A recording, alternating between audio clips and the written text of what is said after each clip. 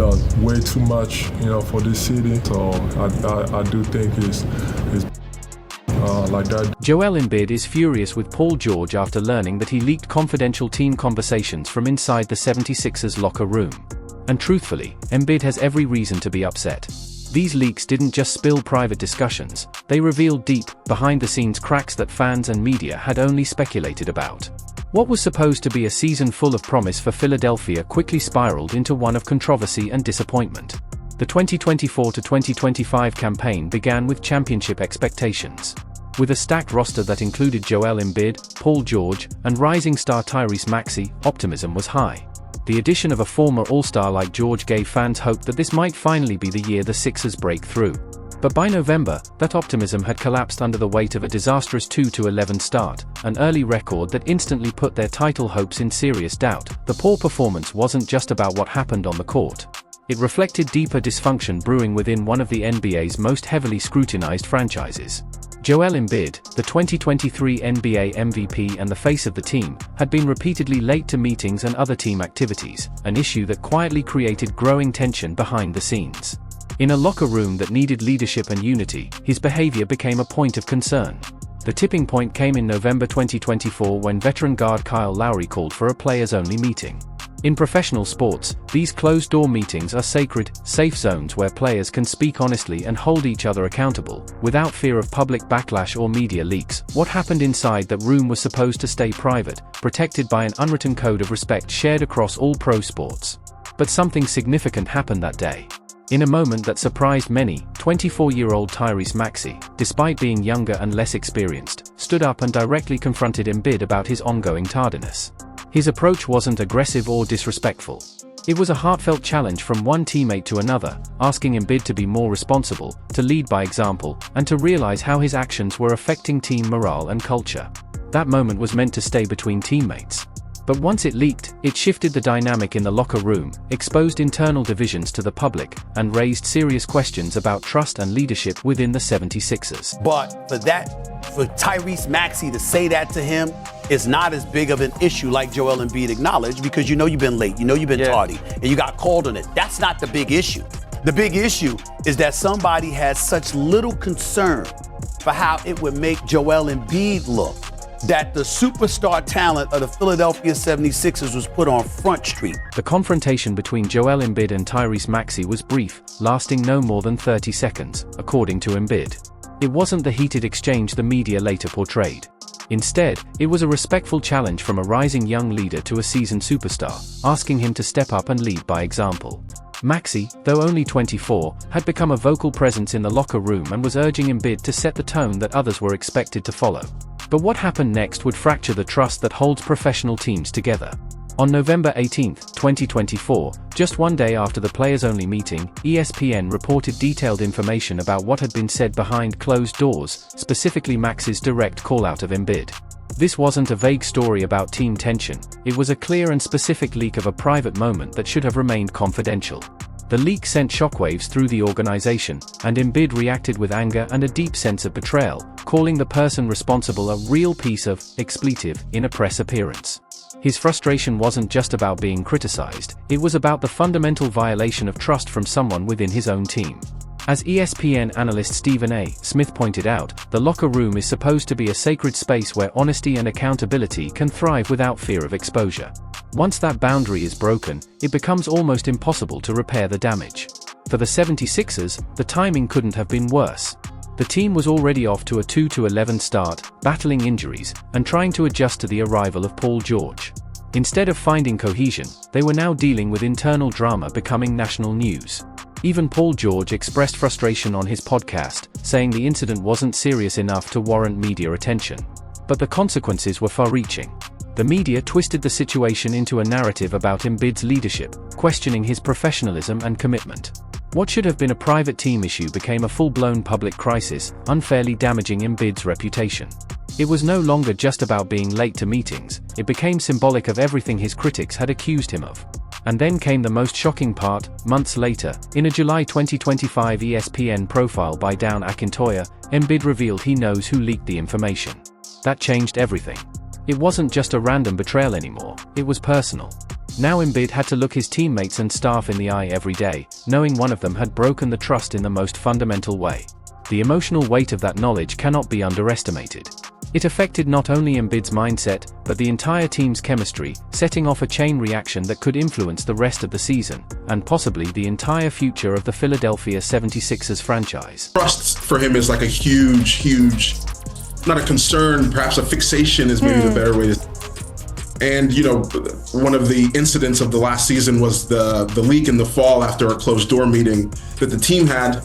And he brought it up with me, and it's still bothering him. Despite knowing who was responsible for the leak, Joel Embiid chose not to reveal their identity publicly, saying, "The past is the past." His decision reflected maturity and professionalism, but also highlighted the quiet tension that knowledge continued to create within the team. By keeping the name private, Embiid avoided further public drama, yet the uncertainty left behind allowed suspicion to linger in the locker room. The real damage, however, came in the form of Embiid's decision about future involvement. He made it clear that the breach of trust had lasting effects, saying, "It's hard being around people that do those sorts of stuff. That goes back to the trust thing. Once you cross that, you can't expect me to be part of a team meeting again. That's just not going to happen." This wasn't just emotional frustration, it was a firm, deliberate decision by the face of the franchise to change how he engages with the team.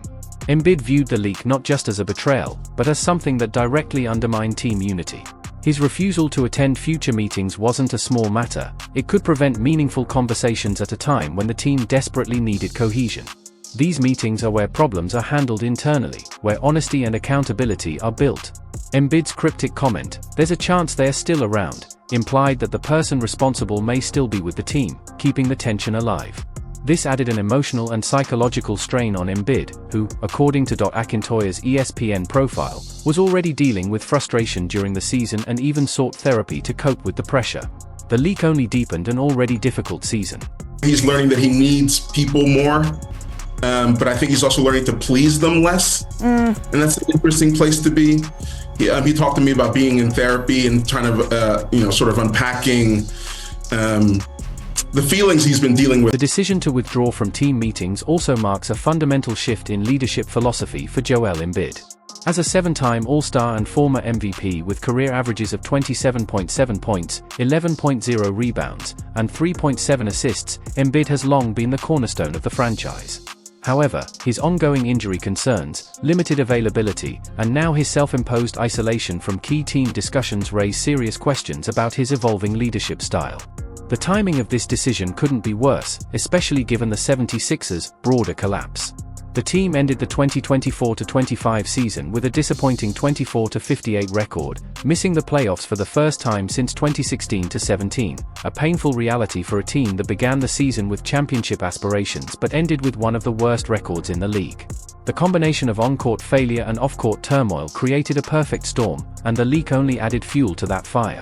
Ironically, the meeting that triggered all of this was intended to address the team's struggles and unify the roster, but instead, it became the spark that deepened dysfunction and fractured trust throughout the season.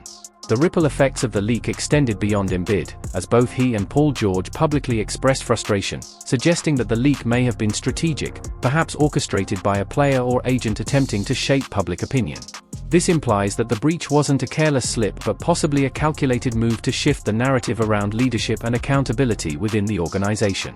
Context only makes matters worse.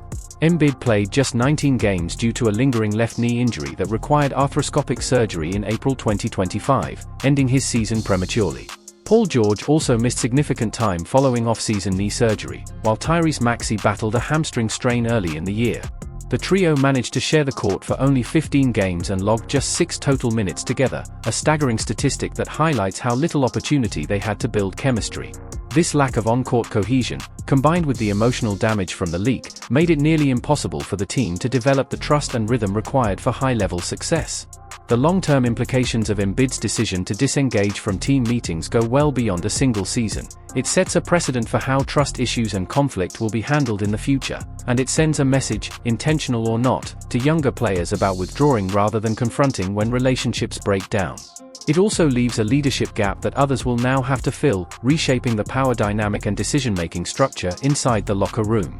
Embiid's situation is just one of the most recent, and most damaging, examples in a long NBA history of locker room leaks destabilizing entire franchises. The league has repeatedly seen private meetings, internal disputes, and personal conversations spill into public view, often leading to fractured locker rooms, strained player relationships, and lost championship hopes. Understanding the broader history helps explain the weight of Embiid's reaction and why the culture of leaking information continues to pose a serious threat to team unity. One of the most notorious examples occurred during Kobe Bryant's time with the Los Angeles Lakers, proof that even championship-caliber rosters can be torn apart when trust is broken behind closed doors. Quick story, check this out. Yeah, This happened years ago. teammate. Shaq and all of them would testify to this. Somebody said something about Kobe Bryant. This is a true story. Somebody said something about Kobe Bryant. Kobe Bryant walked into the locker room before a game to each and every single player at the stall and picked the newspaper and stuffed it in their face. He said, "You said this, MFer? You said this, MFer? You said this, MFer?" Went down the line to every one of them. Because he was letting them know, listen, one of y'all lying to me. One of y'all, you ain't gonna admit it, but I want you to know what I think. Story. This really happened, and guys like Shaq can vouch for it. Before a game, Kobe Bryant walked into the Lakers' locker room holding a newspaper article that contained some negative comments about him. Someone had said something behind his back, and Kobe wanted answers. He went to every single teammate, one by one, at their locker stalls. Holding up the article, he pressed it into each of their faces and said, "You said this? You said this?" calling each one out directly.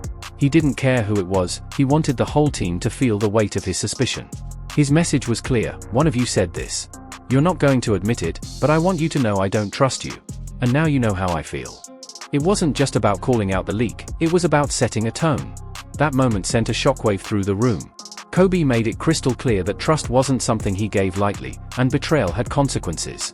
Trust for him is like a huge, not a concern, perhaps a fixation is maybe the better way to.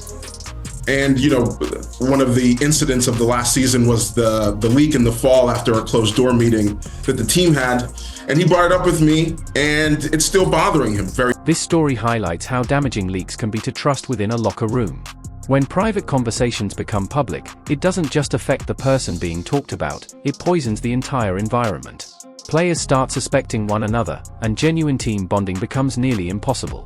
We've seen this before. During the Miami Heat's Big Three era, 2010 to 2014, constant reports of tension between LeBron James, Dwayne Wade, Chris Bosh, and coach Eric Spoelstra became regular distractions. Even though they won 2 championships, leaks about disagreements, playing time, and personalities forced the team to deal with unnecessary pressure. In many cases, leaks aren't accidents, they're tools used by agents or insiders to shape public narratives. These hidden agendas make open, honest dialogue within teams much harder. Even dynasties like the Golden State Warriors weren't immune. In 2016-17, damaging leaks exposed rifts between Draymond Green and Kevin Durant, including heated exchanges that contributed to Durant eventually leaving. The timing of these leaks, often during critical playoff moments, only made things worse. The same happened with the Cavaliers in 2016. Despite their championship run, internal disputes between LeBron James and coach Tyronn Lue were constantly leaked, forcing the team to manage media stories alongside basketball. The 2012 James Harden trade from OKC also unraveled due to leaks around contract disputes, hurting the Thunder's long-term trajectory. Even legendary teams like the 1997-98 Bulls had this issue, with leaks about tensions between Michael Jordan and management turning what should have been a final, celebratory run into a media circus. More recently, the Brooklyn Nets' failed experiment with Durant, Kyrie, and Harden was plagued by leaks about locker room chaos and coaching drama, ultimately leading to their downfall despite championship-level talent. The pattern is clear: once locker room trust is broken, it's incredibly hard to rebuild. Players censor themselves, communication breaks down, and cliques form. That's exactly what we're seeing with Embiid and the 76ers now. His withdrawal from future meetings shows that he understands how damaging these leaks can be, and how deeply they cut. What makes this worse is that leaks often involve not just players but agents, staff, or front office insiders, creating even more suspicion. In the age of social media, leaked info spreads instantly, amplifying the pressure. Fan reactions and media narratives start to shape the story, and teams are left scrambling. The 76ers are facing the same problem that's ruined great teams before. How do you rebuild trust once it's broken? History says it's rare, unless major changes are made, that if decisions about lineups, minutes, or strategy are being influenced by politics instead of basketball logic, the team suffers. Real success requires honest, internal conversations, not distractions. Right now, the 76ers are heading in the wrong direction. Unless they reset the culture and commit to unity from the top down, this season's potential may be wasted. Time is running out, thanks for watching. If you'd like to check out another deep dive video, just click on one of the boxes on your screen now.